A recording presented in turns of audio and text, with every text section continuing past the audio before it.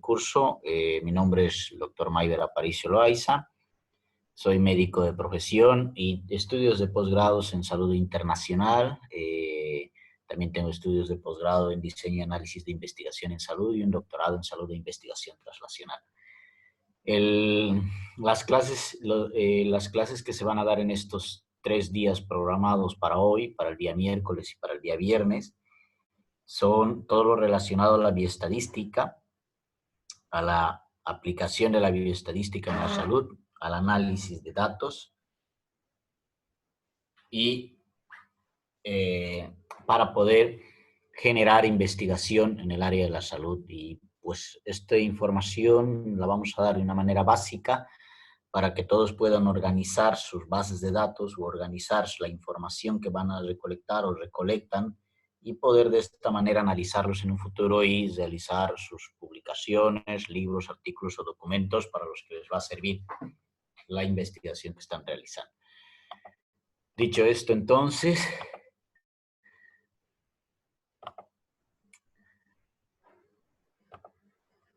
voy a proceder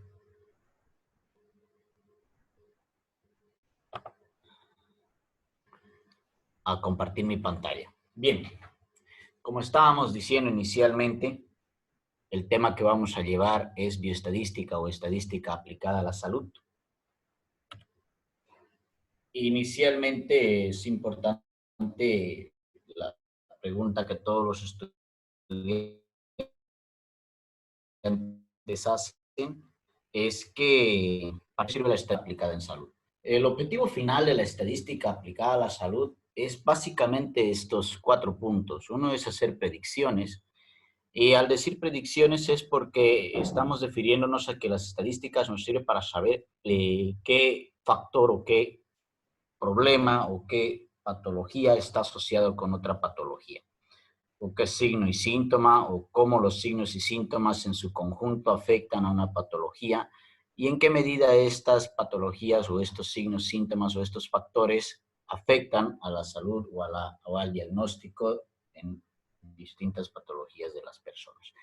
Para realizar proyecciones, principalmente ahora que nos interesa hacer proyecciones y en todas partes estamos haciendo proyecciones, que está relacionado a la pandemia, que es el COVID-19. Los modelos más que actualmente todo el mundo está utilizando, el famoso modelo CIRC, es una proyección de más o menos en qué momento de esta pandemia o en qué periodo de tiempo vamos a entrar a la parte máxima del pico de la enfermedad, donde vamos a tener mayor cantidad de casos y más o menos tener una proyección o una de cuántos van a morir o cuál va a ser la mortalidad por la enfermedad. Y todo esto para poder alistar nuestros servicios de salud, alistar el tema de los centros de salud, equipar y todo esto. Luego está otra de las razones por las cuales nos interesa la bioestadística, es la vigilancia epidemiológica. Los epidemiólogos lo utilizan bastante como una parte de la vigilancia, en el sentido de que a través de este instrumento o del instrumento como es la estadística, nos permite saber la estratificación de los casos. Ejemplo, cuántas personas tienen una enfermedad o una determinada enfermedad según sexo, según edad, según comorbilidades, o para poder identificar cuándo una enfermedad está ocasionando un brote, la emergencia o reemergencia de una determinada enfermedad, cuál es la periodicidad de la enfermedad. Eso es importante, estos son los 3. Y como cuarto punto, pues nos sirve para validar o para indicar que un determinado tratamiento o una determinada técnica o una determinada vacuna, evidentemente eso no es efectivo en el tratamiento o manejo de una enfermedad, lo mismo que actualmente está pasando en COVID. A través de la estadística y modelos de supervivencia u otros tipos de modelos, estamos determinando si los medicamentos tienen algún efecto o algún resultado en la aplicación de la enfermedad, o sea, en la aplicación de pacientes con COVID. Entonces, básicamente podemos resumir nuevamente a manera de recalcar y enfatizar lo que estamos mencionando, es que la estadística y la bioestadística nos permite hacer todo lo que hacemos en salud. Básicamente la salud está basado en lo que son modelos estadísticos y está basado en lo que es la estadística. Y es lo que siempre decimos en las clases, decimos que diagnosticar siempre ha estado basado en modelos estadísticos, en valores predictivos, en razones o ratios y otros factores. Ahora bien, veamos ejemplos de una manera muy general de qué es lo que más o menos vendría a ser una predicción. Una predicción es cuando podemos ver a través de modelos, ya sean estadísticos, modelos lineales generales o modelos de regresión logística u otros tipos de modelos estadísticos, la relación que tienen o la asociación que tienen una variable, un factor con una determinada enfermedad. Además, asociada a otros tipos de comorbilidades u otros factores relacionados a esta misma enfermedad. Esto básicamente se hace basado en, si podemos ver en la parte derecha de la presentación, algo que se llama p-valor. El p-valor más o menos lo que nos indica es con una determinada confiabilidad o con un determinado error, qué tan seguros estamos de que un determinado factor o una variable está relacionado a otra variable o a una enfermedad, a lo que clasificamos como variables dependientes o independientes, de lo que vamos a aprender sucesivamente, vamos a hablar posteriormente. Dicho esto, si pueden ver este cuadro, por ejemplo, decimos que el p-valor o menor a 0.05, que está establecido esto para decir que con un error menor al 5% de probabilidad, o sea, con una confiabilidad mayor al 95%, cuando tú tienes un problema, este problema va a estar asociado a estos otros problemas. Por ejemplo, si una persona, veamos un ejemplo actual de lo que está sucediendo en la patología o en el COVID.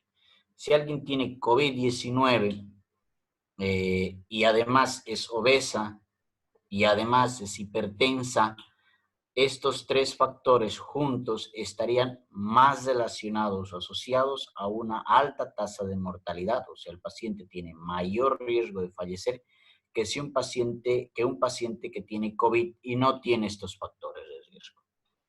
Además, nos permite establecer, por decir, el riesgo en cuánto aumenta por cada paciente, por cada un determinado valor que tiene el paciente, por decir.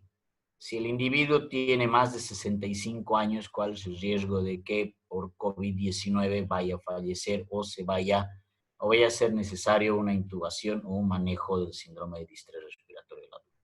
Como ven, básicamente la estadística nos está permitiendo decir que si hay un factor más otro factor más otro factor, estos factores estarían juntos o por separado, estarían asociados a la mortalidad o a una morbilidad, una mayor morbilidad de los pacientes o de determinados individuos en una determinada enfermedad.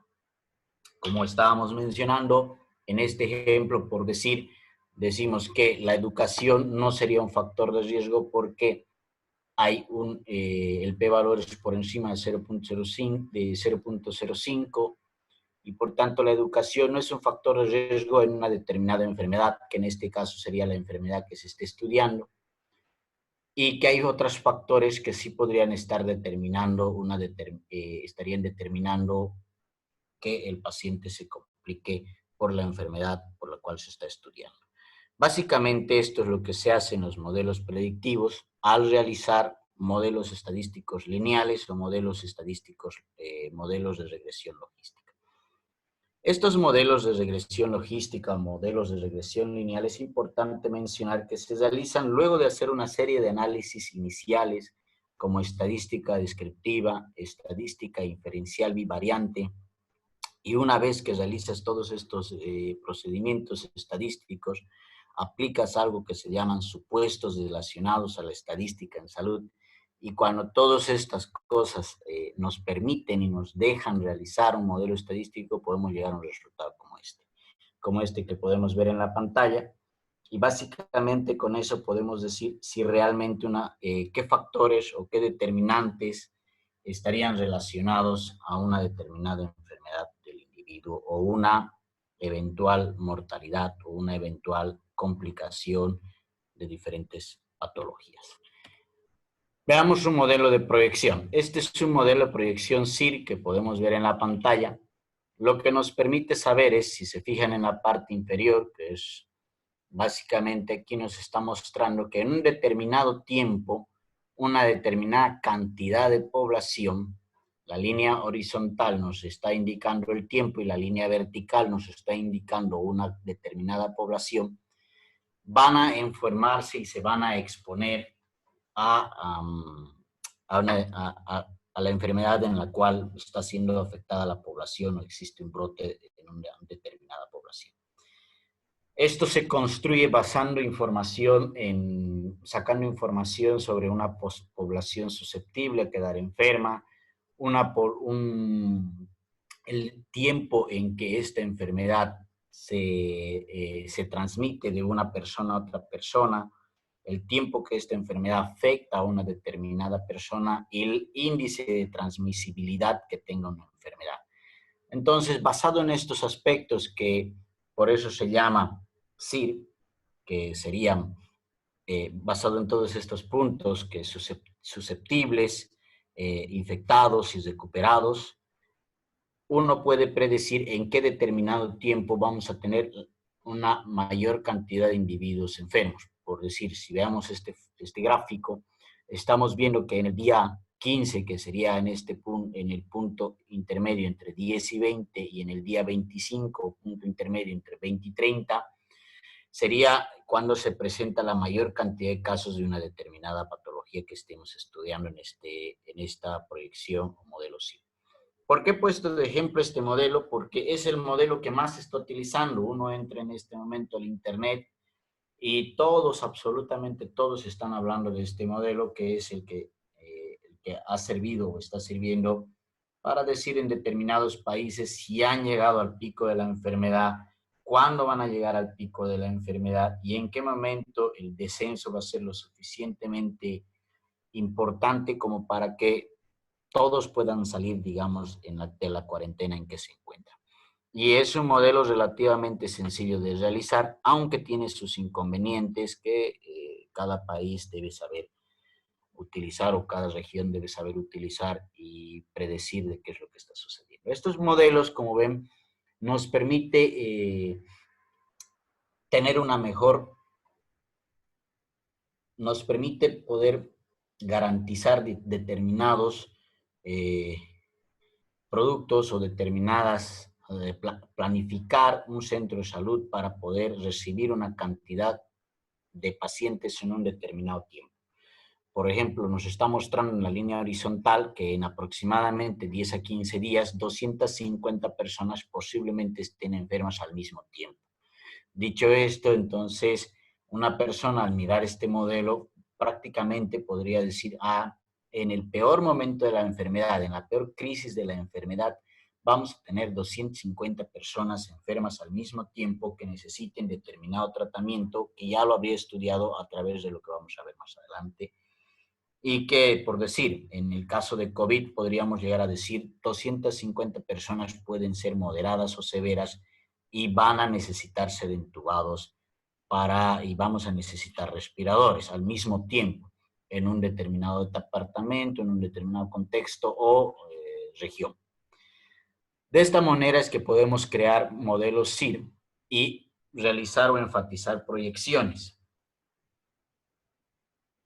Al realizar estas proyecciones, entonces, como mencionamos y a manera de resumen, nos va a permitir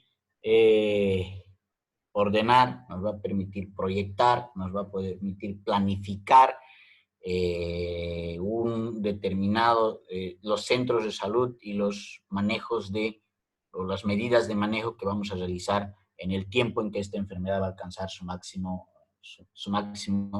periodo de contagio. Veamos ahora cómo se hacen más o menos las validaciones de tratamientos, ¿no? Este es el estudio que a todo el mundo ha desanimado y ha mostrado de que aparentemente el lopinavir y ritonavir no tenía ningún efecto sobre los pacientes que estaban haciendo control o sobre los pacientes que no han recibido este tratamiento, donde pueden observar una línea roja, esta línea roja que está por encima y esta línea azul que está por debajo. La línea roja es los individuos que han tomado lopinavir, ritonavir. En la línea azul es los individuos que han tomado, que no han tomado ningún tratamiento. Y podemos ver la tasa de recuperación con uno y otro medicamento, o sea, con uno y otro tratamiento. Y vemos que la tasa de recuperación de los que toman lopinavir y ritonavir no es más alta que la tasa de recuperación de los que no realizan el tratamiento con lopinavir y ritonavir. Por tanto, llegamos a la conclusión de que este tratamiento no es mejor que no realizar tratamiento. Si un individuo no realiza o no toma estos medicamentos, se va a recuperar en el mismo tiempo o se va a recuperar el mismo porcentaje de población y no cambia el pronóstico a largo plazo de los individuos. Entonces, eso es lo que nos ha hecho, por decir, desanimar en el tema de de realizar el tratamiento con estos dos medicamentos. Sin embargo, es importante mencionar algunos u otros factores en las tres variantes, principalmente en esta, ¿no? Hay que saber diseñar correctamente, realizar un buen diseño de investigación. Ese tema en teoría ya lo han llevado inicialmente. Un buen diseño de investigación hace que, por decir, el protocolo se inicie de la misma manera en todos los individuos. El gran problema que ha tenido este estudio, por ejemplo, y ha sido bastante criticado por todos, es que el tratamiento se ha iniciado con lopinavir, ritonavir, o llamado Caletra, en el día 10º. En cambio, el tratamiento de control, o el tratamiento estándar, voy a decir, se ha iniciado desde el principio. Entonces, evidentemente, no ha habido una diferencia porque estaba sesgada la forma en que se ha realizado este estudio. Es por eso importante tener protocolos claramente establecidos antes de realizar validación de tratamientos y además tener claro de cómo se van a hacer la administración o el seguimiento de los pacientes. También es importante mencionar lo siguiente.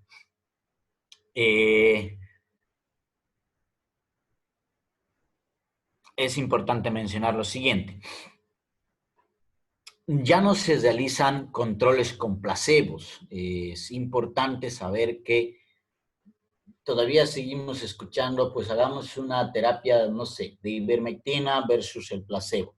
En realidad ya no se hace un tratamiento, se hace tratamiento en base a la terapia de control o terapia de sostén, que se llama terapia SOC, ¿no? Es tratamiento estándar que se da en estas situaciones. Por decir, en un paciente con COVID-19, el tratamiento estándar es administrar líquidos, administrar oxígenos, administrar antiinflamatorios y anticoagulantes en determinadas ocasiones. Entonces, ese tratamiento, que es el tratamiento SOC, se sigue administrando a los individuos y en el grupo experimental, en el grupo que está tomando el medicamento, lo que se hace es administrar lopinavir. Entonces, los dos tienen el mismo tratamiento, pero uno está tomando lopinavir y el otro no está tomando. Entonces, es la forma en que se hace. Ya no se dan placebos para evitar los sesgos por administración de placebos en los pacientes. Bien, dicho esto, es importante mencionar cuáles son los niveles de investigación que existen en bioestadística. En bioestadística los niveles de investigación son 5 aproximadamente, dependiendo qué literatura uno revise, pero básicamente es el más aceptado. El nivel más bajo de investigación es las investigaciones de tipo exploratorias. Las investigaciones de tipo exploratorias no se aplica estadística. Lo que se hace es simplemente una revisión bibliográfica de los individuos. O en la parte de las investigaciones exploratorias está la descripción de casos clínicos. La descripción de casos clínicos o las revisiones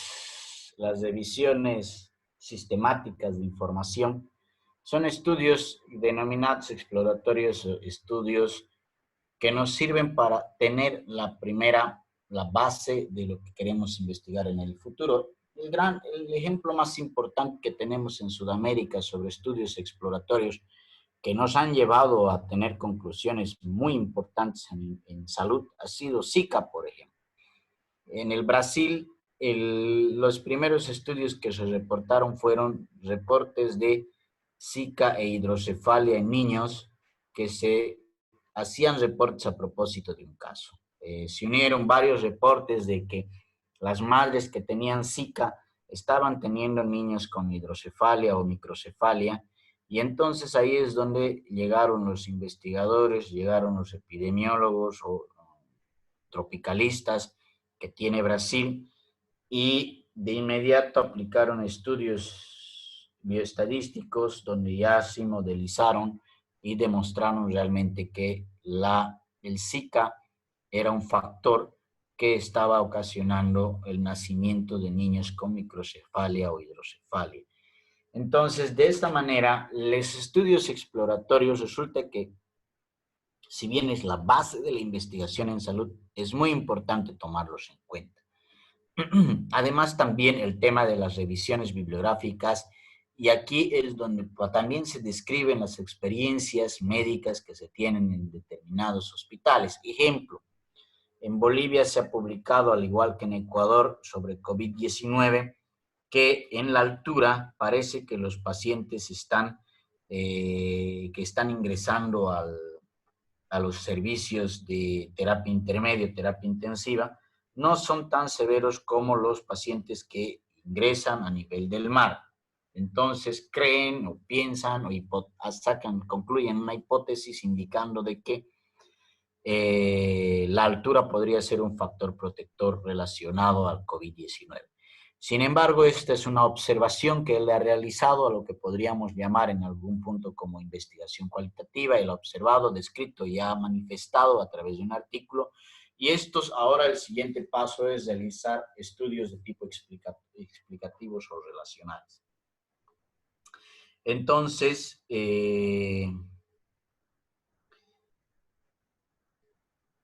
como estábamos mencionando, es la base de la investigación y generalmente nos orienta o nos da las primeras orientaciones desde qué es lo que está pasando en la investigación en salud. Entonces, si bien es muy criticado este procedimiento porque lo que hace es observar un poco de casuística y brindar la primera opinión que después en general no se confirma. Por ejemplo, uno de los grandes ejemplos de fracasos de este tipo de estudios exploratorios son las investigaciones hechas por los franceses con la hidroxicloroquina. Con la hidroxicloroquina ellos hicieron una observación con 9 pacientes a los cuales hicieron un estudio con 9 pacientes a los cuales a unos cuantos le dieron hidroxicloroquina, a otros cuantos a 3 o 4 les dieron hidroxicloroquina, a 2 les dieron hidroxicloroquina con acitromicina y a 2 no les dieron. Y entonces dijeron, parece que los que han tomado hidroxicloroquina se han recuperado mucho antes y los que no han tomado hidroxicloroquina además se han complicado. El problema que tiene esto es que probablemente ha habido un sesgo de información, un sesgo de selección de casos, porque es posible que a los 2 que no les han dado eran los que peor estaban y tenían miedo de no darles a ellos 2. Entonces, estos son problemas que se encuentran en los estudios de tipo exploratorio y después terminas confirmando lo contrario. Lo mismo que estaría, por ejemplo, sucediendo con la ivermectina actualmente. En todos los lugares decimos y vemos, la ivermectina ahorita es el tratamiento que deberíamos utilizar en los pacientes con COVID. ¿En base a qué estamos diciendo todo esto? En base a las observaciones que tienen distintos médicos en los centros de salud, hospitales y clínicas, o que les dicen a los pacientes no tómense ivermectina y de pronto al día siguiente el paciente viene y dice, me he sentido mucho mejor y estoy bien. Y entonces todo el mundo empieza a decir que la ivermectina es el tratamiento para el COVID. Entonces hacemos estudios más serios, que ya son estudios explicativos, para luego pasar a la fase predictiva, y resulta que la ivermectina no es un modificador del pronóstico de los pacientes, porque al final, si bien reduce la carga viral, de pronto esta reducción de la carga viral no es sostenida y igual la persona que se tenga que complicar termina complicándose. Entonces, eso es lo que puede pasar en los estudios exploratorios. No sé si me he explicado, porque ejemplos se pueden dar varios. Otros ejemplos de estudios exploratorios famosos que han mostrado efectos beneficiosos al principio y luego cuando ya se han hecho estudios de tipo explicativos o relacionales, son los famosos IECAS selectivos que existían antes, ¿no? Que en realidad en vez de producir en vez de producir una antiinflamación, lo que hacían era provocar un paro cardíaco. Los primeros resultados que ellos tenían eran resultados exploratorios y no así, no resultados en base a estudios explicativos o modelizaciones estadísticas. Es por eso que en general, después de todas estas experiencias antiguas que ya tenemos, porque hay varias historias que se podrían contar sobre cómo los estudios exploratorios han terminado siendo rechazados, pero también varios ejemplos sobre estudios exploratorios que han servido como base para comprobar un sinfín de hipótesis, es el pilar o el inicio de la investigación a nivel en la medicina. Entonces, aquí, digamos, tenemos unos 50 personas que están escuchando el curso y las 50 personas tienen una idea diferente en base a las observaciones que han realizado sobre si han manejado pacientes COVID, sobre qué es mejor para el COVID y qué no es mejor. Entonces, ellos tienen ya una primera conexión o primer contacto con la investigación científica, que es la investigación de tipo exploratorio. Ya han explorado, ya saben. Una vez que hacen una exploración, lo que queda es hacer un estudio descriptivo. El siguiente paso después de explorar, o sea, el siguiente paso, si nosotros realmente hemos demostrado, vemos, yo estoy, por ejemplo, manejando pacientes, digamos, he venido aquí a Trinidad y estoy viendo lo que está pasando en COVID en esta región. Entonces, una de las observaciones más interesantes que tenemos es que están dando ivermectina a los pacientes y dicen que se están recuperando. Entonces, eso ya tenemos el primer contacto con un estudio de tipo serio, que sería la exploración que han hecho los médicos de aquí, los médicos generales, dando ivermectina a los pacientes. ¿Qué es lo segundo que deberíamos hacer para saber si esto está bien? Obviamente el estudio exploratorio lo habría hecho después de hacer el protocolo, ¿no? La guía de su protocolo, que eso ya han llevado inicialmente, después de haber hecho la búsqueda bibliográfica, que ya lo han hecho inicialmente, ya han hecho los cursos de esto en las anteriores actividades. Ya han hecho su observación, su primera observación, ya han explorado sus primeros resultados, parece que esto es prometedor, pues hacen un estudio descriptivo. ¿Qué significa hacer un estudio descriptivo? Pues básicamente es agarrar la información de todos los individuos que han tomado un determinado tratamiento, por decir, en la población de Trinidad, pues ya hemos dado a 30 personas que estaban con COVID o eran altamente sospechosos de COVID-19, les hemos dado ivermectina. Entonces, ¿cuáles eran las características descriptivas de estos pacientes? Entonces, lo que hacemos es describirlos. De estos 30 pacientes, 10, o decir 5 eran mayores de 65 años, 5 eran obesos y por decir 2 eran hipertensos. Entonces, 12 tenían factores de riesgo para complicarse y los otros 18 que han tomado el tratamiento con ivermectina eran personas jóvenes que no tenían obesidad, no tenían hipertensión arterial, no tenían diabetes mellitus, que probablemente de todas formas iban a recuperar. También es importante que describes en qué periodo de tiempo lo han dado y entonces hacemos un estudio de tipo descriptivo. Describimos los valores, ya sean cuantitativos o cualitativos, de las personas que han realizado el tratamiento y hacemos nuestra primera observación de los resultados bioestadísticos. Ese es el siguiente paso, ¿no? Ya todos han hecho los análisis descriptivos, como decimos, y esto. Otro ejemplo más interesante o igual de interesante. El SIDA. Cuando aparecieron los primeros casos de SIDA, Lo que hacían, luego de darse cuenta de que había SIDA ya en Estados Unidos, en los estudios exploratorios, y se dieron cuenta de que estaba ocasionado por un virus y confirmaron que era un virus, lo primero que realizaron era describir a los pacientes que tenían VIH o VIH-Sida. ¿Cuál fue la primera conclusión que sacaron? Es que cuando hicieron el registro de los datos estadísticos de todas las personas que tenían VIH, llegaron a la conclusión de que principalmente más del 60-70% de los individuos que tenían esta enfermedad pues eran gays. Entonces, ¿qué hicieron? Lo que hicieron fue decir que ser gay estaba relacionado o estaba asociado al, al VIH o al VIH-Sida. Entonces, el problema de los estudios descriptivos es claramente este ejemplo. Usted puede describir varias cosas, mostrar varios resultados, pero no se ha fijado si existe otros factores que estén relacionados a estos. Claramente, por ejemplo, ahora ya sabemos que el VIH-Sida no es que esté relacionado solamente a los gays, sino que está relacionado a las relaciones sexuales y al tipo que se transmite por vía sexual y que no se transmite solamente entre los gays. O no es una enfermedad de los gays. Esos son los problemas que tienen los estudios descriptivos, que si uno los interpreta de una mala manera, a lo que llamamos error tipo beta, que interpretamos los resultados como queremos, pero no de una manera objetiva, entonces fácilmente podemos buscar asociaciones que no existen. Por ejemplo, el ejemplo que estamos dando sobre el tratamiento de COVID.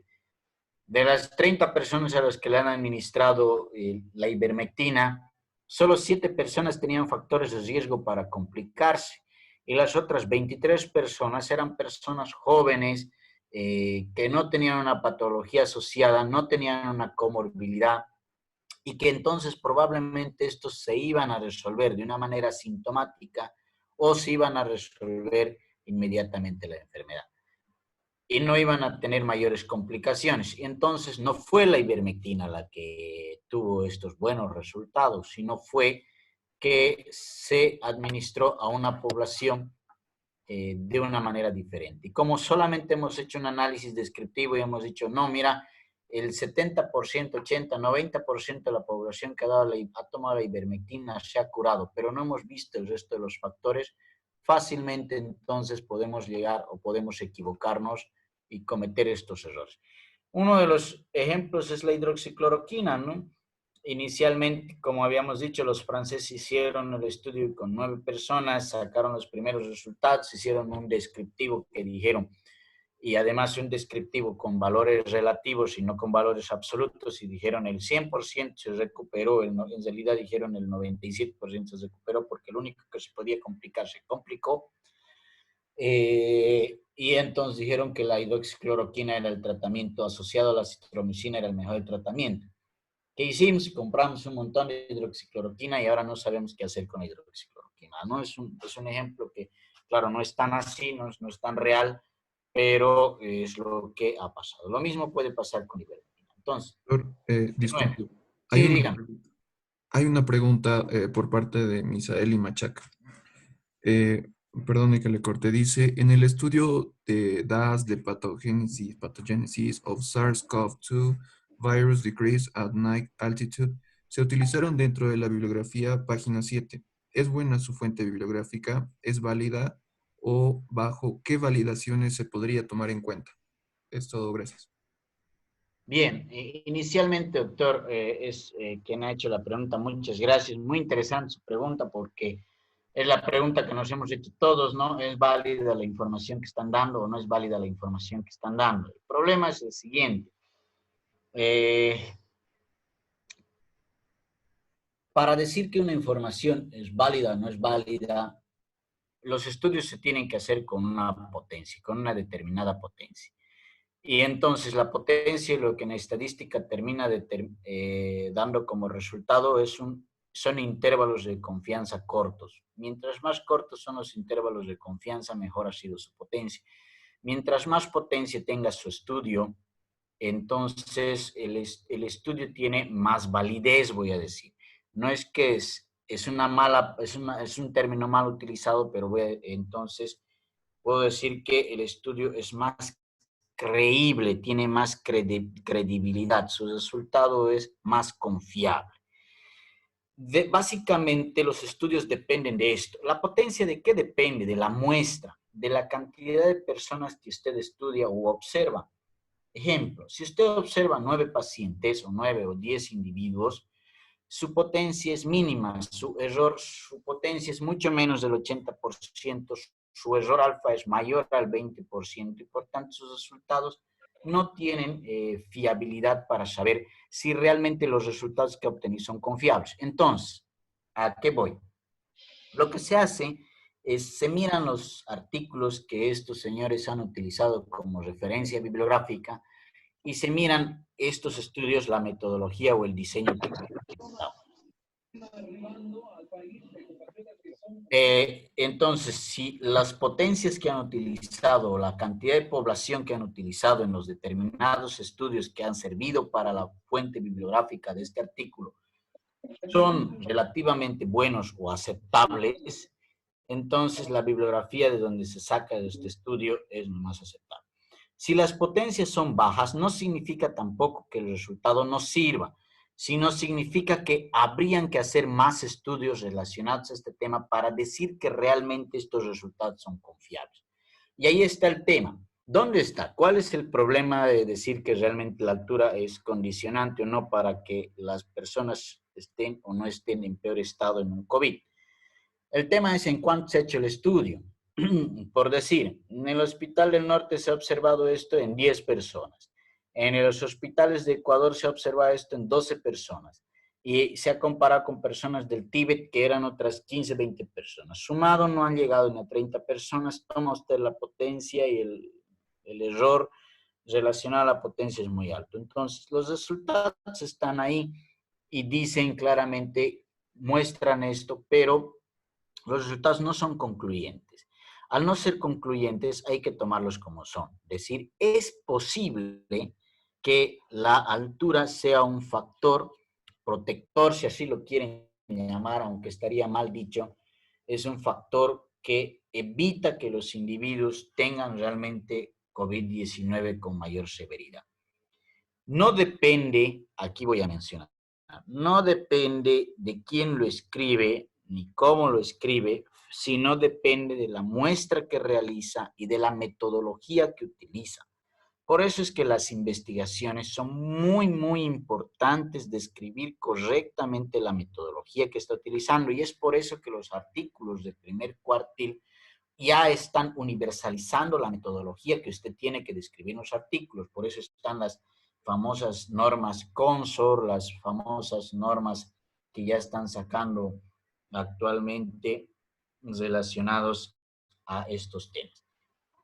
Esa es la clave.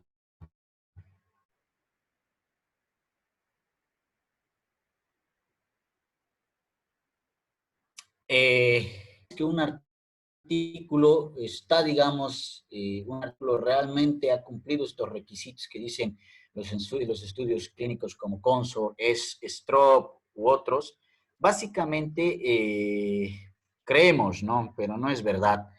Las revistas de primer cuartil se encargan, en teoría, de revisar que los resultados que están obteniendo tengan la potencia necesaria para decir que sus resultados son realmente buenos o que la redacción que está utilizando sea la correcta de acuerdo a sus resultados estadísticos. O sea, si no tiene la potencia, que usted no afirme que este resultado es concluyente. Si no tiene la potencia, usted diga, creemos o parece que está sucediendo esto, pero no estamos seguros porque hay que mejorar la potencia.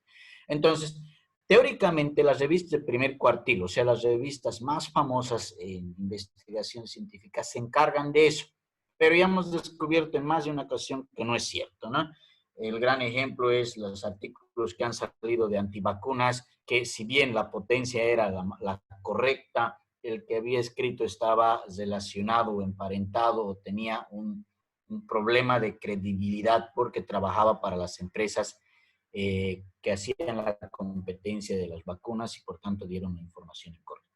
Entonces, No hay una respuesta cierta de lo que a su pregunta por eso es muy buena, las preguntas son muy buenas cuando no sabemos, no tenemos una respuesta clara, pero básicamente esa sería la respuesta. Luego de que hacemos un estudio descriptivo, vienen los famosos estudios relacionales. Los estudios relacionales son más conocidos por presentar resultados con p-valores y lo que hacen es asociar una variable dependiente con una variable independiente. Aquí lo que no se toma en cuenta son las famosas variables modificadoras de efecto. Por tanto, aquí no se modeliza. ¿Qué es lo que se hace en los estudios relacionales? Son lo que todo el mundo conocemos como chi cuadrados, T de Student o pi de Pearson, ¿no? O chi de Pearson o Pearson. ¿Qué es esto? Que miramos la asociación entre una cosa, entre un factor y entre una variable dependiente y una variable independiente. Eso es lo que vemos. El problema de mirar solamente asociaciones es el siguiente, que una cosa podría estar relacionada con la otra, pero puede no ser la causa del otro factor, porque no vemos causalidad. Ese es el gran problema de los estudios relacionales, la falta de posibilidad de ver que realmente uno está causando al otro. Ejemplo, los pacientes que están en la ciudad del Alto, a 4.000 metros sobre el nivel del mar, no se están enfermando tanto, o si no, no tienen un distrés respiratorio tan severo, por decirlo de una manera mal dicha, pero por decirlo igual, que los pacientes que están en Trinidad. Entonces sacamos el p-valor y mostramos que hay una asociación, entre la altura y la severidad de la enfermedad. Eso es lo que nos muestra un estudio relacional, pero nos está diciendo que hay una asociación. ¿Qué es lo que le falta a esto? Le falta varias cosas. Por ejemplo, los estudios que se han hecho en la Ciudad del Alto, se han mirado a todos los pacientes, o sea, los valores, los resultados se han ajustado por la edad de los individuos, o sea, se ha mirado la edad de los individuos. Las personas de Trinidad son más viejas que las personas de la Ciudad del Alto, se ha visto la edad de estos, se ha comparado la edad como un factor modificador de efecto o no se ha hecho. Luego, por decir, las personas de la Ciudad del Alto realmente tenían el mismo peso, eran diabéticos, cómo era su glicemia, son hipertensos, no son hipertensos en comparación de la ciudad de Trinidad. Yo puedo, por decir, mi primera exploración aquí es que en la ciudad de Trinidad parece que hay más obesos y los que se están complicando son los obesos, porque aquí comen harto, comen rico, comen a cada rato y comen harto carbohidrato. Entonces son más obesos que en la ciudad de La Paz, que de pronto, perdón, la ciudad del Alto, que de pronto no comen tanto carbohidrato como lo hacen aquí, por tanto los que se están enfermando no son obesos. Y en realidad no es la altura la que está relacionada al, al,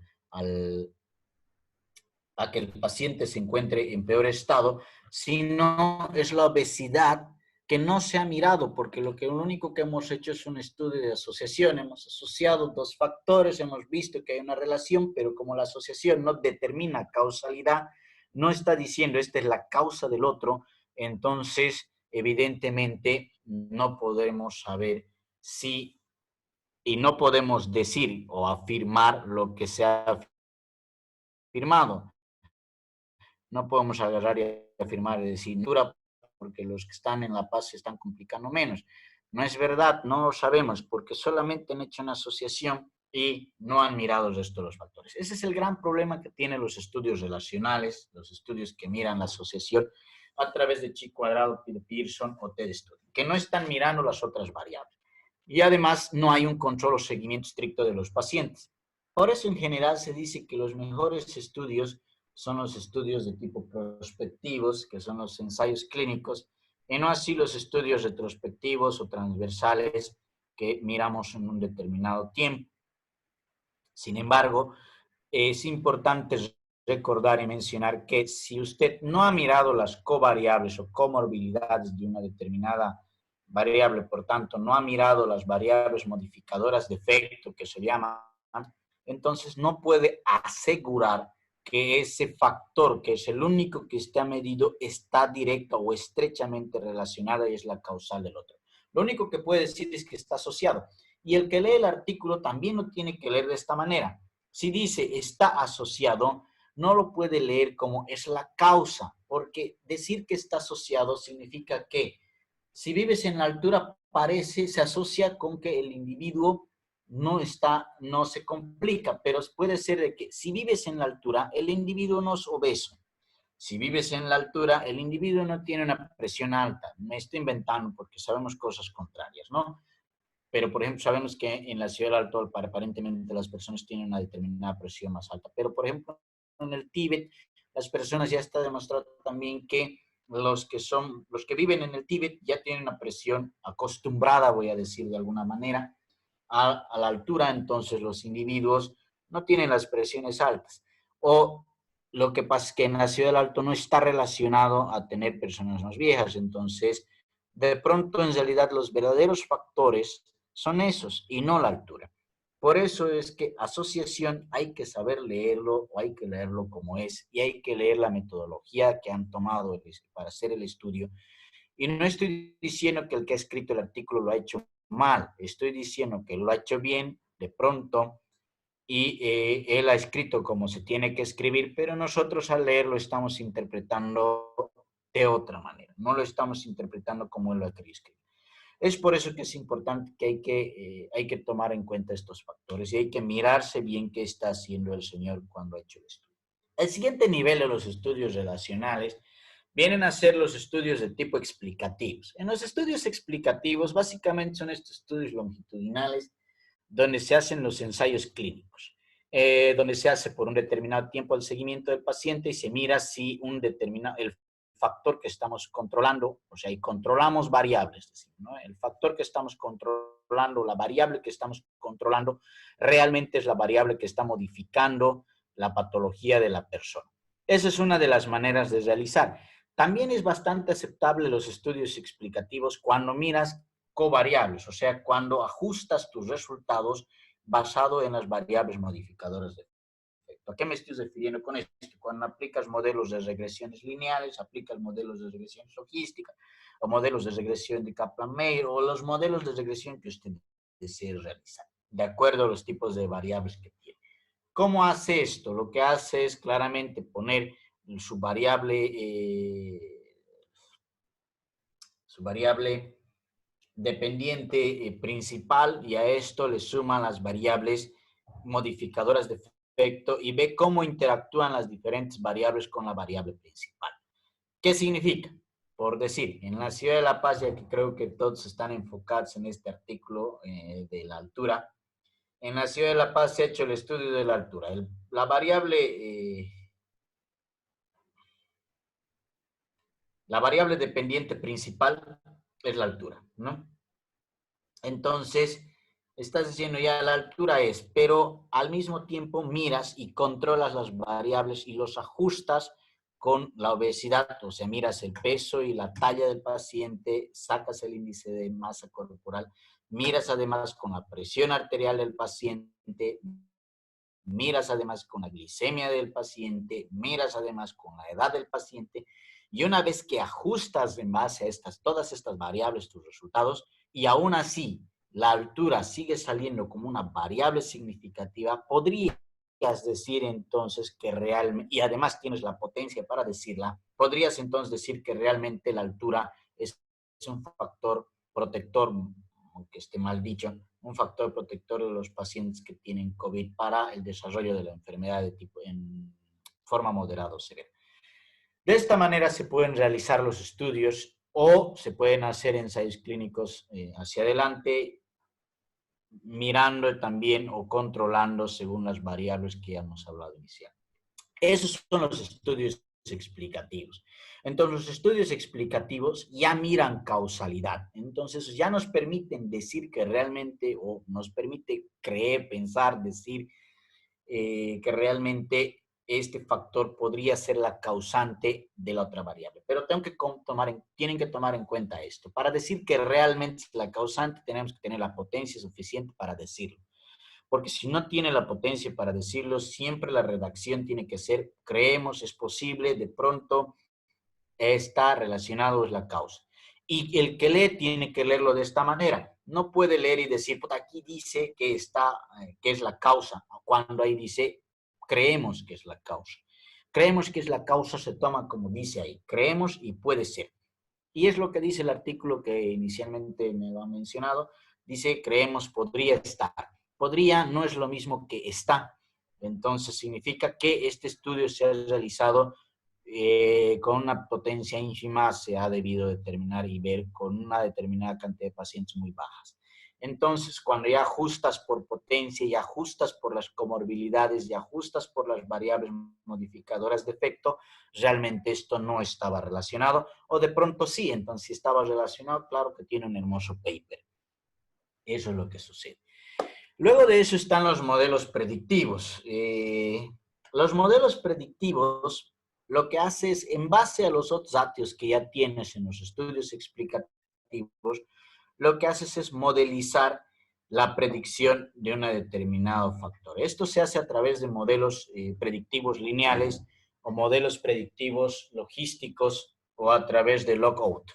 Entonces, ya existen las fórmulas en Internet y uno puede mirar cómo se hace. Básicamente lo que se hace es modelizar los odzatios y se mira y se suma o multiplica de acuerdo a la variable o de acuerdo al tipo de modelo que usted ha aplicado o se está leyendo y se mira cómo interactúa un factor con otro factor en una determinada enfermedad. Por decir, la obesidad tiene un odzatio de 6. Estoy haciendo un ejemplo muy brusco en cuanto a la relación en la severidad de la enfermedad en COVID.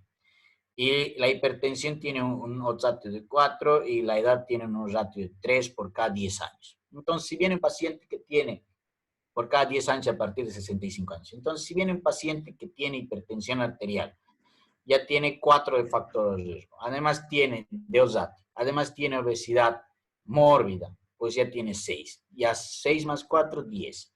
Y además tiene es mayor de 70 años. Entonces ya tiene 10 años por encima del valor que ha ajustado. Entonces tiene además 3 puntos más y por tanto esta persona tiene 13 veces más riesgo de padecer, de complicarse o ser severo en cuanto por tener COVID y por tanto es candidato a que se quede internado el paciente y a buscarle una posible sala donde se vaya a tener que actuar. Eso es lo que hacen los modelos predictivos. Evidentemente no lo hace como lo estoy diciendo porque hay que aplicar la fórmula que está en Internet, sino es una forma fácil de explicar, ¿no? Entonces no se suman. Entonces eso es lo que hacen los modelos predictivos. De esta manera yo estoy prediciendo, me estoy adelantando, como decimos, la estadística inferencial es el arte de adivinar, entonces estoy adivinando que este paciente se va a complicar y va a evolucionar de peor manera y yo me estoy adelantando a esto y le empiezo a administrar el tratamiento en base a que yo he sido capaz de adelantarme o adivinar en base a los estudios anteriores que tenemos, a los estudios explicativos y por tanto soy capaz de aplicar un mejor tratamiento cuando esto se requiera o no se requiera. Eso es lo que hacen los modelos predictivos, predecir. Y sí, claro, si todos tuviéramos la capacidad, si todos hiciéramos medicina de esta manera, todos andaríamos con nuestras tablas ahí para mirar los valores estadísticos. De pronto en un futuro se hace, ¿no? Por eso es que hay actualmente, ya hay programas que sirven para diagnosticar, ¿no? Están los famosos CAVISA y los nuevos programas ya modificados. Lo que hacen es simplemente aplicar estadística, este tipo de estadística, aplican nomogramas de Fagan, aplican los valores relacionados de los modelos de regresiones lineales, modelos de regresión logística, y el paciente o el individuo o el médico lo único que hace es poner los signos, síntomas que encuentra, valores de laboratoriales, etcétera, etcétera, etcétera, y ahí le dice qué enfermedad puede ser, cuál es el mejor laboratorio que le puede pedir, cuál es su probabilidad de sobrevivir o cuál es el mejor tratamiento que puede realizar. Existen actualmente estos programas, ¿no? Se utilizan bastante, que se están desarrollando, se están perfeccionando, porque evidentemente para tener un programa ya perfecto tendrías que tener todos estos modelos escritos y bastante bien determinados, y es algo que no hemos hecho hasta el día de hoy.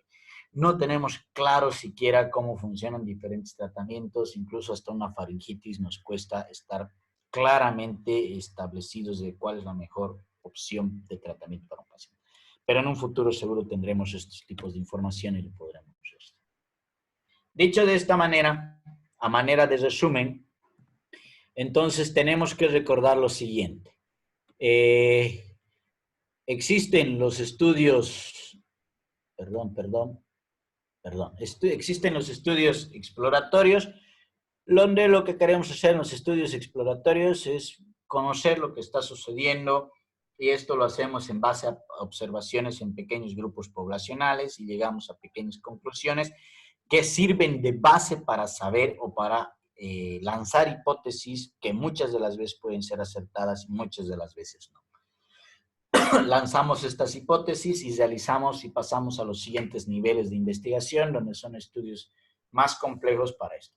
Luego de hacer los estudios exploratorios, nos pasamos a hacer los estudios descriptivos, donde caracterizamos, describimos o analizamos determinadas variables, las medimos y las calculamos además, y lo que hacemos al hacer todo esto, estratificamos los datos y describimos los datos que tienen los pacientes y desarrollamos estas técnicas para saber y para nosotros a ojo, basado en nuestra experiencia de investigación, ver qué factores realmente estarían o no estarían relacionados a una determinada patología, ¿no? Asociados. Luego están los estudios correlacionales que estamos repasando, ¿no? Que lo que hacen es comparar, inferir, entonces, o describir. Básicamente lo que hace usted es describe que una variable, un factor, una variable independiente está relacionado a otra variable dependiente. Entonces, pero como digo y lo he dicho inicialmente y hemos recalcado y quiero volver a recalcar, asociación hay que leerlo como dice. Está asociado una cosa con otra cosa, pero no es la causa de esa otra cosa. O sea, la altura puede estar relacionada con que los individuos no se compliquen en COVID-19, sin embargo, no es la causa. Significa que la causa puede ser que en la altura los pacientes no son más obesos, en la altura los individuos no son más viejos, o al hospital no están yendo pacientes ancianos, en realidad están yendo más jóvenes, o de pronto están yendo solamente las personas que pueden esperar todo el tiempo que los hacen esperar en el hospital. Determinadas variables y determinados factores, y básicamente un estudio de tipo correlacional donde ve asociación puede explicar muy poco lo que está pasando entre un factor y otro factor. Y por eso hay que leerlo tal y como lo describe, como una asociación, que es muy importante, que hay que estudiarlo más, que hay que mirar más cosas, sí, y como digo, igual que un estudio exploratorio y descriptivo, ya me sirve para poner varias hipótesis en el camino y luego mirar todas estas hipótesis y mirar qué realmente está sucediendo. ¿Cómo explico qué realmente está sucediendo? A través de los estudios explicativos. Los estudios explicativos ya mejor realizados, los estudios longitudinales o los ensayos clínicos o los estudios donde además estás viendo una variable pero los estás ajustando por otras variables o las estás controlando las variables, entonces estas variables sí realmente nos pueden responder al porqué de las cosas, ¿no? Y realmente podrían darnos la respuesta de que si realmente esto está causando lo otro. Si se han dado cuenta, y regreso a esta presentación de aquí, esto es Doctor, una pirámide. ¿Qué significa? Que para llegar al nivel más alto tengo que tener los niveles más bajos. Es muy difícil tener un estudio explicativo si no he hecho primero un estudio descriptivo. Es muy difícil que haga un estudio predictivo si no he hecho primero un estudio explicativo relacional. Esto es importante saber y por tanto todas las investigaciones tienen sus niveles y las investigaciones son buenas. Por eso Ecuador y en el Hospital del Norte es bueno. ¿Por qué? Porque es el primer paso. Es un estudio exploratorio, es un estudio descriptivo. Sin embargo, la conclusión más obvia en estos estudios es que hay que realizar más estudios para ver si realmente uno es causal del otro. ¿Hasta aquí alguna pregunta? sí, doctor. Existen dos preguntas. Fernando Torres pregunta, doctor, tengo una duda. ¿Los niveles de investigación que usted explica se relacionan con los niveles de evidencia en medicina? Ya. Muy bien. A ver, los niveles de evidencia en medicina ¿están relacionados a esto? Sí, están relacionados. Pero los niveles de evidencia de medicina también es más complejo que solo esto, ¿sí?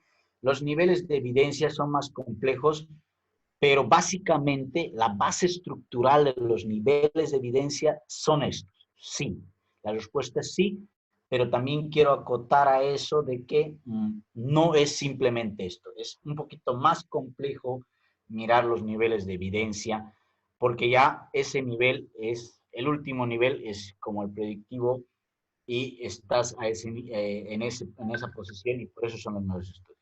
La respuesta es sí. Gracias, doctor. Otra pregunta de Alejandro Torres. Doctor, buenas noches. Una pregunta. ¿Cuáles vendrían siendo las teorías no dogmáticas relacionadas a la salud?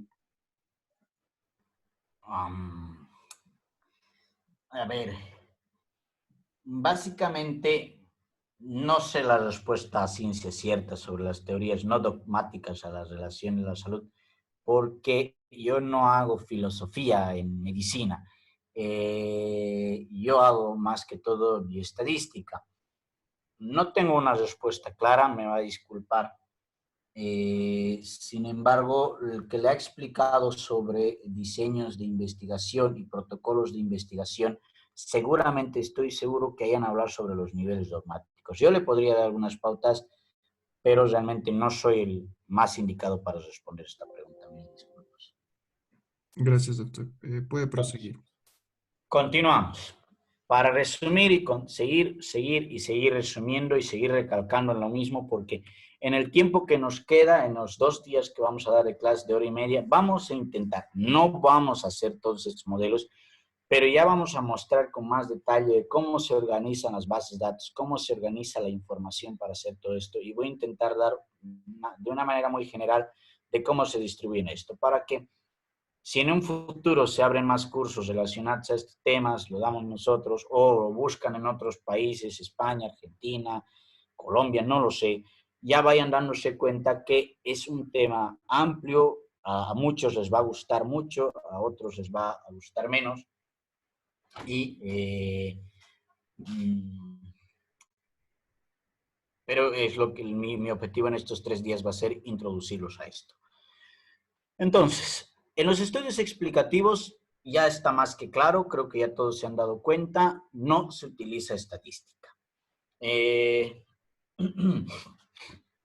Los estudios explicativos no utilizamos estadística básicamente porque hacemos estudios observacionales en pequeñas, o sea, observamos, no son estudios observacionales, mil disculpas, observamos en pequeñas poblaciones y describimos lo que está pasando en estas pequeñas poblaciones. Lo mismo que habíamos explicado antes, ¿no?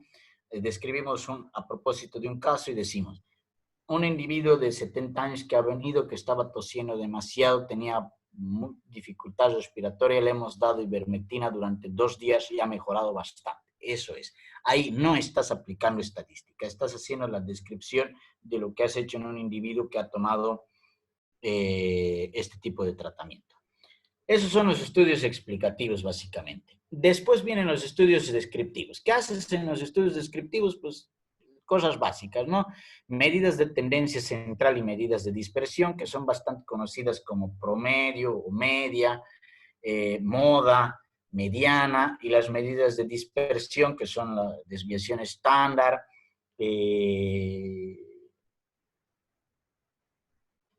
los percentiles, percentil 25, percentil 75, rango, rango mínimo, máximo. También haces las medidas de frecuencia. Las medidas de frecuencia en esta diapositiva también muestran, ¿no? Las prevalencias, por ejemplo, son medidas de frecuencia, la incidencia son medidas de frecuencia, tasas son medidas de frecuencia, después hay frecuencias relativas, frecuencias absolutas, todas esas son variables descriptivas.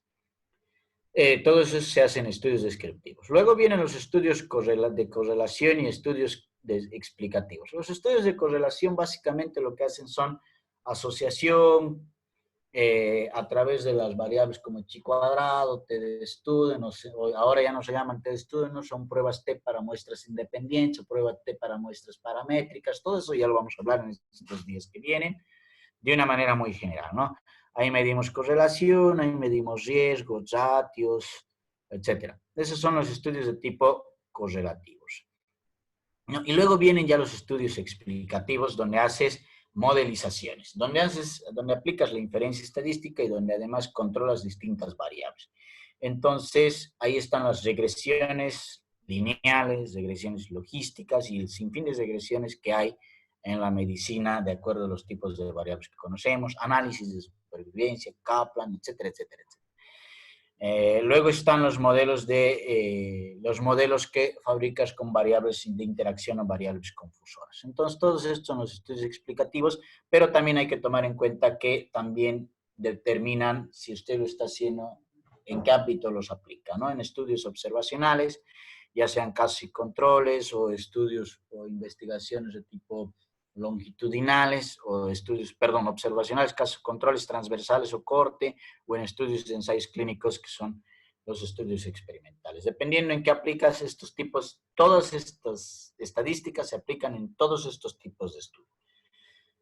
Muy bien, resumamos de una manera general la clasificación de la investigación que ya se las han dado y por tanto el dogma de la investigación ya les han debido hablar. Y básicamente yo no respondo mucho eso, pero porque hay, claro, hay expertos en el tema de la dogmancia y filosofía de la investigación. Entonces, las investigaciones en general se dividen cualitativas y cuantitativas, no es el tema a tocar cualitativo arriba. Y luego están las cuantitativas, que son las investigaciones de tipo observacionales, que están las transversales, casos, controles longitudinales, donde se aplican todos estos métodos estadísticos que hemos hablado, al igual que los estudios de tipo experimentales, donde se aplican, en los ensayos clínicos se aplican estos métodos estadísticos que hemos hablado. Entonces, para todo lo que está aquí abajo de de este organigrama, de este pequeño organigrama, es donde se va a aplicar la bioestadística, ¿no? Entonces, todo lo que vamos a hacer en estos 2 días, o lo que voy a intentar resumir en estos 2 días, es básicamente aplicado a todos estos tipos de investigación, los observacionales y los experimentales. ¿Cómo se analizan estos datos? El análisis de los datos se hacen de diferentes maneras. En general, se hacen a través de paquetes estadísticos como libres y paquetes estadísticos de pago. Esto es importante recalcar, señores. Los paquetes estadísticos libres, como el R Commander, básicamente lo que te permite a ti es poder utilizar estos paquetes estadísticos y cuando publicas tu artículo no necesitar la licencia para publicar porque son paquetes estadísticos que tú los puedes utilizar y no tienen una necesidad de pagar la licencia. El R Commander es el paquete más utilizado, el paquete libre más utilizado y es el que también yo recomendaría, o no sé si recomendarlo, pero sí, lo recomendaría para hacer los modelos estadísticos, estadística inferencial y estadística descriptiva. Luego están los programas que son de pago, como el SPSS. El programa SPSS tiene ese problema, que para que usted pueda hacer sus estudios de investigación en estos programas, necesita pagar la licencia. Entonces, porque si no paga la licencia, es plausible a que le hagan, donde vaya a publicar los dueños de la revista, le hagan una observación, le pregunten, oiga, ¿y usted paga la licencia? Entonces, es importante tomar en cuenta esto. Luego están otros paquetes que pueden ser utilizados también, como el Excel, y hay otros programas en Internet. En Internet, por ejemplo, usted entra a la página Bazarstat y ahí va a encontrar una página web donde puede realizar distintas operaciones estadísticas que son muy importantes para realizar investigación en el área de la salud. Dicho esto, esta es la introducción, es el primer día de clases, esto es lo que vamos a hacer los siguientes 2 días. Y en los otros 5 minutos que me queda antes de que sea las 9:30, porque el curso es hasta las 9:30, voy a hablar más o menos de lo que tendríamos que hacer para pasar el curso. Como esto se va a certificar para todos los estudiantes, lo que vamos a hacer es un trabajo final. Solo vamos a hacer un trabajo porque estoy viendo de que en este curso han asistido 57 participantes, entonces se podría hacer la revisión de 57 trabajos sin problema, ¿no? Si fueran más de 100, sería un poquito complicado. Entonces, lo que vamos a hacer es, vamos a entregar un trabajo final que lo vamos a dar el día miércoles o el día viernes. Y como soy parte actualmente del grupo por WhatsApp, yo puedo pasar el trabajo por ahí, o ustedes me pueden pasar el trabajo por ahí. Y también abiertamente durante esta semana, yo estoy como parte de este grupo y por tanto, si hubieran dudas, preguntas durante esta semana, ustedes bajan algún documento, algún artículo y lo quieren comentar durante esta semana, lo podemos comentar como parte de los ejercicios prácticos y como parte de la actividad académica que vamos a hacer durante esta semana. Ya concluida esta semana, yo me saldré del grupo y entonces ya no habría ningún significado. Entonces hay que aprovechar mucho esta interacción que podemos tener vía WhatsApp. Como no han habido muchas preguntas durante la exposición, ha sido un poquito rápida porque básicamente lo que quería era hacer una pequeña introducción simplemente. Si hay alguna pregunta más, por favor, estoy dispuesto a escucharla y ver si podemos responderla. Sí, doctor. Por favor, invitamos a los participantes a que puedan escribir sus preguntas en la parte del chat. El doctor va a responder a sus preguntas en este lapso de tiempo que queda de la clase. O en caso contrario, vamos a finalizar con la clase. Esperemos, por favor, 5 minutos a que las personas o los participantes puedan escribir sus preguntas. Gracias. Gracias. Yo estoy a la espera. Sigue, perdón, doctor. Hay una pregunta de Fernando Torres. Dice, doctor, para estudios descriptivos, ¿qué debo medir, por favor, en una población? A ver, en los estudios descriptivos tiene que tomar en cuenta, en los estudios descriptivos lo que usted quiere hacer es medidas de frecuencia, principalmente medidas de tendencia central y medidas de dispersión. Lo que quiere hacer es describir una determinada población que tiene una determinada enfermedad. Entonces, ¿qué es lo que quiere medir? ¿Qué debe medir? Pues sencillo, por decir, si usted quiere, las variables se clasifican en distintos tipos de variables, ¿no? Hay variables demográficas, hay variables clínicas, hay variables de todo tipo, ¿no? Entonces, en los estudios descriptivos usted puede medir todas las variables que quiera medir. No hay un protocolo establecido que usted le diga, en esta enfermedad usted tiene que medir estas variables. Eso no existe. Sin embargo, la mejor referencia de saber qué variables puede medir es basarse en estudios anteriores y mirar otras personas qué variables han medido. Básicamente eso es lo que generalmente se hace. ¿Por qué?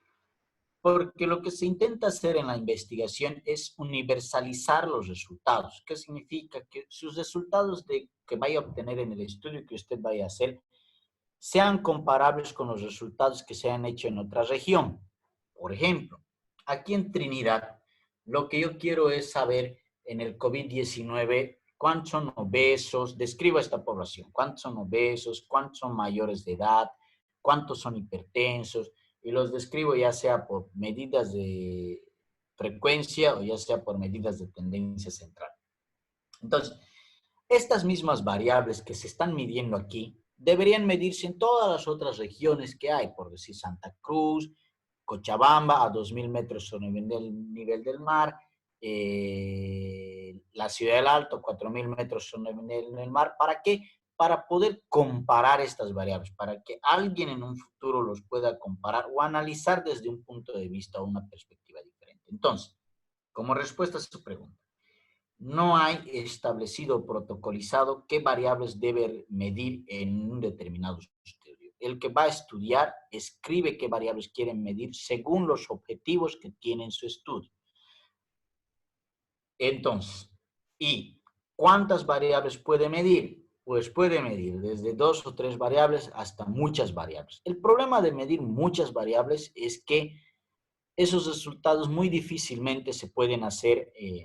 Sí, los estudios descriptivos con muchas variables son denominados phishing, porque muy difícilmente se puede hacer estadística inferencial, multivariante ahí. Solamente se podría llegar hasta estadística inferencial bivariante como más. Entonces, si quiere hacer un estudio ya, este estudio descriptivo en un futuro lo quiere volver explicativo, lo mejor que hace es determinar muy bien qué variables va a medir y acortar lo más posible la cantidad de variables que va a medir. Si mide entre 3 y 5 variables sería suficiente. Ese es el... Sí, dígame. Hola. Doctor, perdón.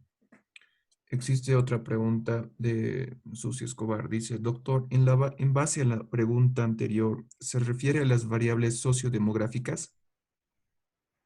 Sí, a ver, como le estoy diciendo, las variables se clasifican en varios tipos de variables. Hay variables sociodemográficas, hay variables demográficas, sociales, hay variables económicas, hay variables clínicas, hay variables de diferentes tipos, antropométricas. Las variables se clasifican en varios tipos y de acuerdo al libro que se lea. El tema no es ese específicamente. El tema es que usted determine qué variables quiere medir de acuerdo a los objetivos que tiene en su estudio. Nadie le va a decir o nadie debería decirle si las variables que usted está midiendo son las más correctas, si usted ha hecho una adecuada revisión bibliográfica de la información.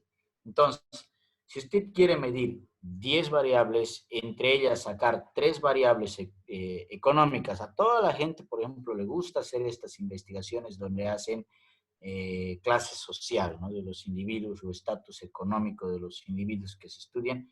Esas son variables de tipo económicas, por decir. Luego, las variables demográficas son, por ejemplo, edad, sexo, escolaridad.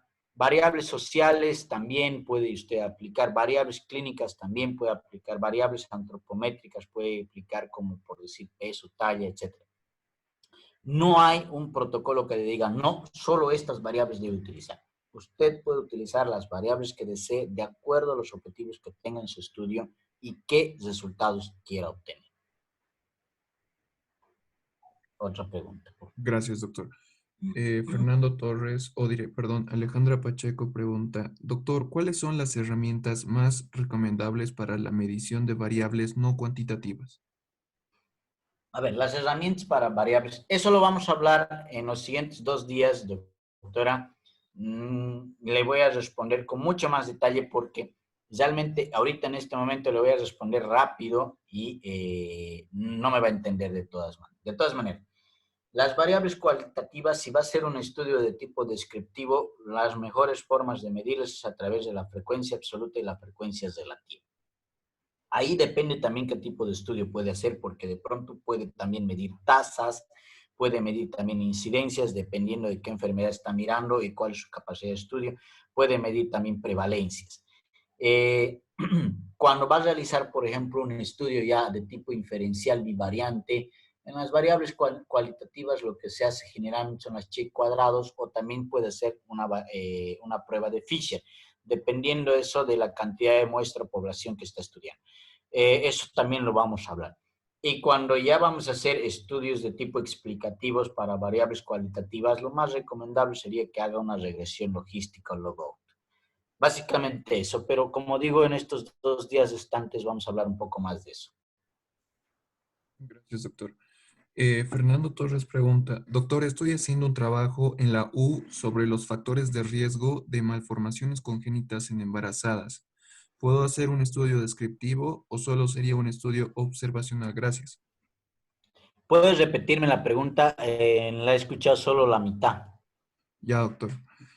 Doctor, estoy haciendo un trabajo en la U sobre los factores de riesgo de malformaciones congénitas en embarazadas. ¿Puedo hacer un estudio descriptivo o solo sería un estudio observacional? Gracias. Ya, a ver. Los análisis estadísticos descriptivos se hacen en estudios observacionales. O sea, la pregunta es redundante. Un estudio observacional estadísticamente aplica análisis de tipos descriptivos. Eso básicamente es. Ahora, en los estudios que usted está haciendo para su trabajo universitario, yo diría que un buen análisis descriptivo sería más que suficiente para hacer su trabajo, porque estoy imaginando que es para egresar de médico, ¿no?